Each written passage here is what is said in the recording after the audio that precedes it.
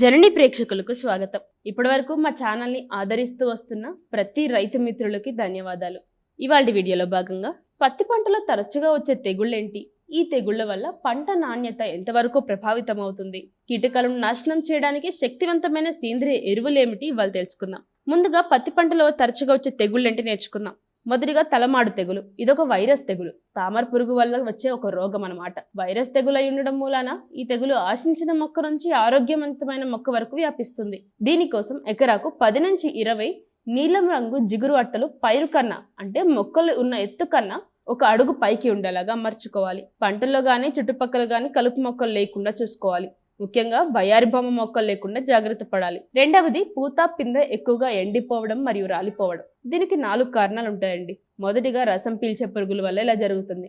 రెండవది వాతావరణ మార్పులు ఎక్కువగా ఉన్నట్లయితే, అంటే పగటి ఉష్ణోగ్రతలు ఎక్కువగా ఉండడం మరియు రాత్రి ఉష్ణోగ్రతలు తక్కువగా ఉండడం, లేకపోతే వర్షాలు ఎక్కువగా పడడం వల్ల కూడా పిందె ఎక్కువగా రాలిపోవడం ఎండిపోవడం కనిపిస్తుంది. మొక్కకు అందాల్సిన పోషకాలు సరైన మోతాదులో అందకపోయినా సరే ఇలాంటి సమస్యలు తలెత్తుతాయి. భూమికి ఎక్కువగా తేమ ఉండడం, లేకపోతే భూమి బెట్టకు గురైనా సరే ఇదే సమస్య వస్తుంది. ముందుగా రసం పీల్చే పురుగులను అరికట్టడం అనివార్యం. రసం పీల్చే పురుగుల వల్ల మొక్కలో ఆకు ముడత రావడం కూడా మొదలవుతుంది. ఈ వాతావరణ మార్పుల వల్ల పిందె పూత రాలిపోతున్నట్లయితే మొక్కకు బోరాన్ అందించడం అవసరం.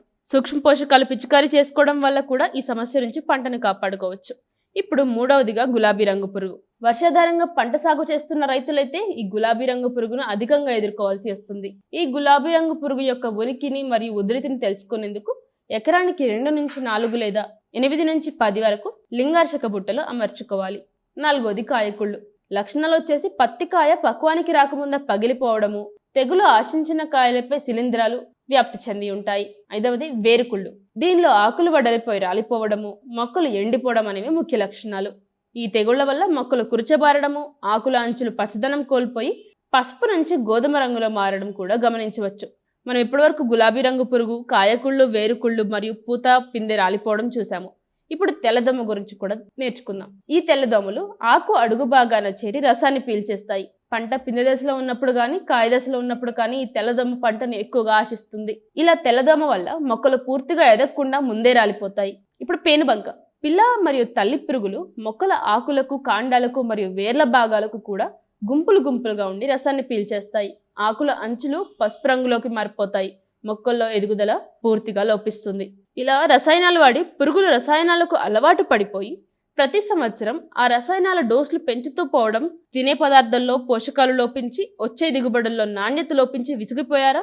సేంద్రియ పద్ధతుల్లో తెగుళ్లకి చెక్ పెట్టాలి అనుకుంటున్నారా?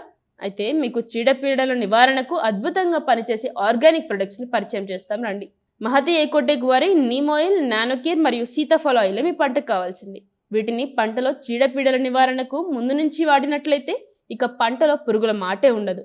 నానోకేర్ అనే సేంద్రియ నూనెల మిశ్రమాన్ని ఎకరాకు 500 మిల్లీలీటర్ల చొప్పున నీటిలో కలుపుకొని దీంతో పాటు మొక్కలకు బలాన్ని అందించి సూక్ష్మ మరియు స్థూల పోషకాలను ఒకదాని తర్వాత ఒకటి కలుపుకొని పిచికారీ చేసుకోవాలి.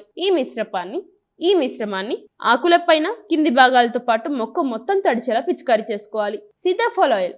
సీతాఫలం పురుగు మందు పర్యావరణ అనుకూలమైనది. సీతాఫల ఆయిల్ ను లీటర్ నీటిలో 2 మిల్లీలీటర్లు మాత్రమే కలుపుకోవాలి. పిచికారీ చేసేటప్పుడు కళ్ళలో నోటిలో పడకుండా జాగ్రత్తలు వహించాలి.